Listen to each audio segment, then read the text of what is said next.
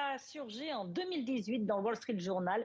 Une ancienne actrice de films porno, Stormy Daniels, de son vrai nom Stephanie Clifford, assurait avoir eu une relation avec Donald Trump en 2006 et avoir reçu 10 ans plus tard, en 2016, 130 000 dollars pour taire ce qui aurait pu être un scandale pour le candidat à la présidentielle en 2016.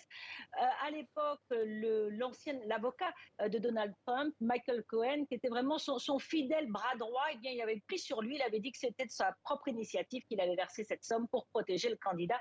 Et ce n'était pas allé plus loin. Sauf que depuis, Michael Cohen a été condamné pour ce versement et pour d'autres malversations. Il s'est senti lâché par son ancien patron et maintenant se retourne contre Donald Trump. Il a témoigné devant un grand jury dans cette enquête. Il collabore avec les enquêteurs et manifestement il a des preuves. Il assure que Donald Trump a ordonné ce versement. Donc c'est un règlement de compte.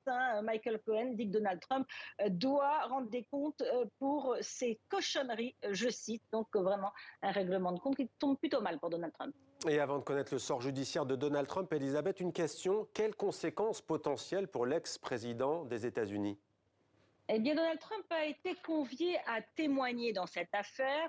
Il a refusé, mais c'est généralement un prélude à une inculpation. Et il peut être inculpé à deux niveaux, soit au niveau pénal, c'est-à-dire qu'il est prouvé qu'il a ordonné ce versement et qu'il a un peu essayé de camoufler cette sortie comptable. Mais ça peut être plus grave au niveau criminel, selon la loi américaine, s'il est prouvé qu'il y a eu une violation des lois sur le financement des campagnes électorales, par exemple, et cet argent provient des caisses de sa campagne électorale. Donc on verra bien ce que va décider ici à New York la justice. Mais effectivement, ça peut être un poison pour Donald Trump alors qu'il est candidat à la présidentielle de 2024.